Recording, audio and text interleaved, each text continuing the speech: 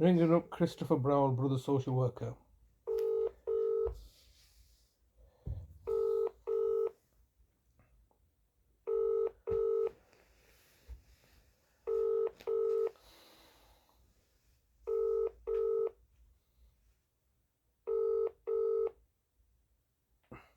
This is the Vodafone voicemail service for 07Sep247196.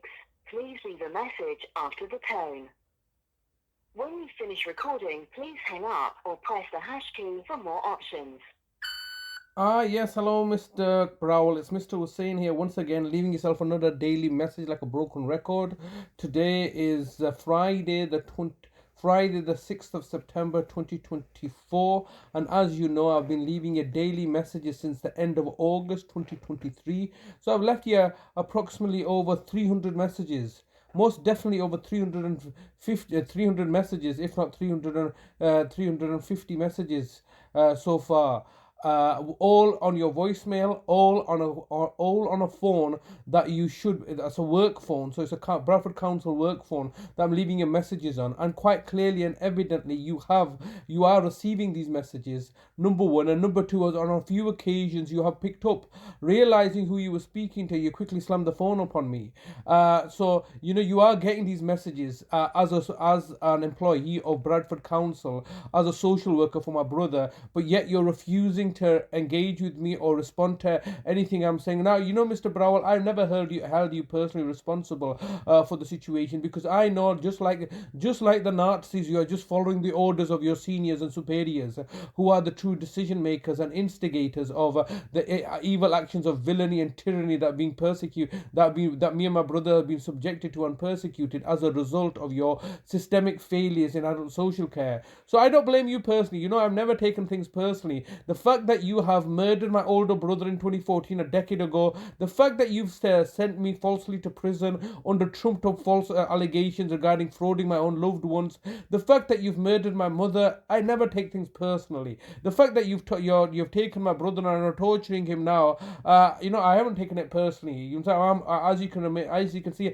I'm remaining cool, calm, and collective, whilst you, the local authorities, are losing your head because of the avalanche of lies and deception that you've been committing, and as a consequence, all your chickens are coming home to roost now, and you're the ones that are losing your head, trying to one cover up after another cover up. I'm not covering anything up. I mean, why would I be covering things up when I'm the one that's calling you up, leaving you a message, recording it, and then publicizing it for the whole world to listen to? I got nothing to hide. You've taken everything away from us. I was just a lonely, disenfranchised carer. All right, how much was I getting paid? You were officially trying to fob me off with carer's allowance, which is a meager pittance. You can't live off carer's allowance. So my family were giving me their benefit money so I could survive and care for them. And what you did was you wrongfully convicted me, saying that I was frauding them. You're the only fraudsters here. You're the only crooks as a local authority. You are the true malevolent, malicious, and maligned agency and organization. You've got issues. You've got a deficit. I have no deficit. I certainly don't have a moral deficit, and I never had a financial deficit. It is you that are suffering from financial deficits, and you're trying to cover this up through lies and deceptions.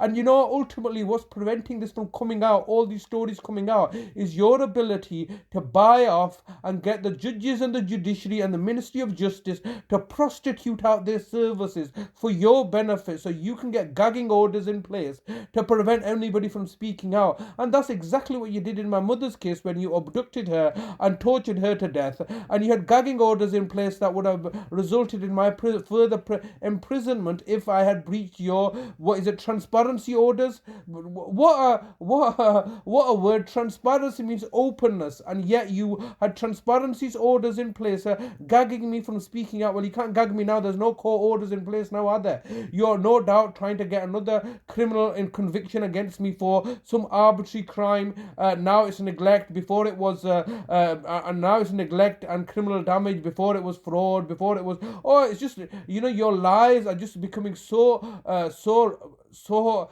extreme and so unbelievable. If I was a fraudster criminal convicted by you, the Bradford Council, and sentenced to jail, then why was it the case that I returned back and started to care for my family members? And you knew this, and that's hence why you have tried to commit further acts of villainy and tyranny against me. And as a consequence of vulnerable people that you have a duty of care to under your safeguarding board are the ones that are suffering. And it is your adult safeguarding board at Bradford, in collaboration with other safeguarding boards, that are utilized as an instrument to torture and murder vulnerable people, isn't it? That's the reality of the situation. You use the word safeguarding, adult safeguarding, where people presume that that is to protect and safeguard the individuals that are vulnerable, but that is anachronistic to the truth. The truth is your adult safeguarding board is utilized as a free range ticket to torture and murder people so you can plunder and profiteer from their finances. That's the reality, isn't it? And slowly these things are coming out. I mean, what I'm saying, particularly in relation to adult social care, and we've discussed this before, and we've not discussed it, I've told you before, and you're fully aware of how you've treated the children in childcare services in Bradford. So but this is not just a local issue, is it? It's a nationwide issue. I've just recently heard on the news today, literally in the newspapers, that in Oldham, where my sister resides and where we've been. You have 15 seconds recording time remaining. Okay, that story is I'm gonna leave that story for another day. It's regarding children, mass graves being committed against children. But it's my brother's birthday coming up on the 15th of September. I would like to see him. It's Eid al-Milad. You've got no legal jurisdiction and justification to detain him in the manner that you are doing so. This is completely deplorable and reprehensible. Sorry, your recording time has expired. Expired to time. leave your message, press 1. To review message, press 2. To re-record message sent. How degrading and humiliating is this? Bradford Council, who have abducted my brother and are holding him hostage, and for over a year now are receiving my voice messages, but simply, kicking the can down the road and ignoring me. How exactly is this not neglect?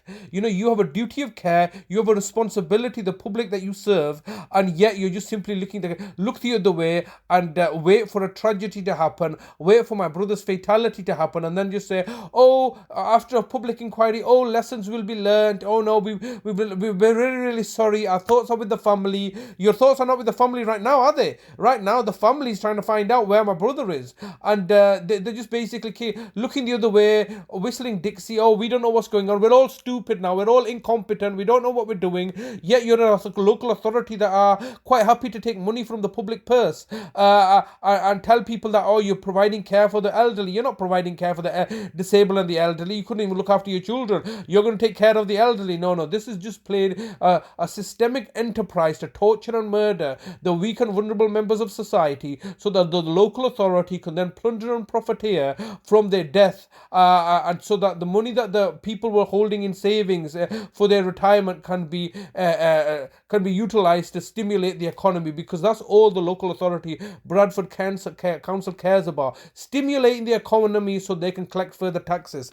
That's the reality of the situation. And if people need to be killed off and that's going to be in their financial interest, then so be it. Do you think these people really care about human life? They don't care about human life. The conversation I was coming on to was the fact that there's a mass graves discovered in Oldham in the newspapers today, and that's what I was going to tell him about. That you people don't care about children. You keep putting people in mass graves in Oldham, and that is just a tip of the iceberg. That's a national phenomena. There have been mass graves committed by all the local authorities regarding children and elderly, and this is just simply deplorable. Now it's been 396 days that my brother's been abducted from my care. I'm contacting the social worker, I'm contacting the care home, I'm contacting the city solicitor, I'm also contacting West Yorkshire Police, all simply looking the other way. You were not looking the other way when you came down and kidnapped him, and now that he's in this situation, we've got no backup plan. All they can do is do malicious acts of tyranny, knee-jerk reactions, and then we don't know about the consequences. Did you not think this through? That what do you think was going to happen? They were relying on me losing the plot so that they could then say, oh look, he's lost the plot, and what we do retrospectively is justified now. It's all lies. These people are lying, cheating crooks that are torturing and murdering people systemic, on an industrial scale, and nobody cares about it. Nobody gives a damn. Like everybody's just moseying on in their own lives, knowing not being ignorant.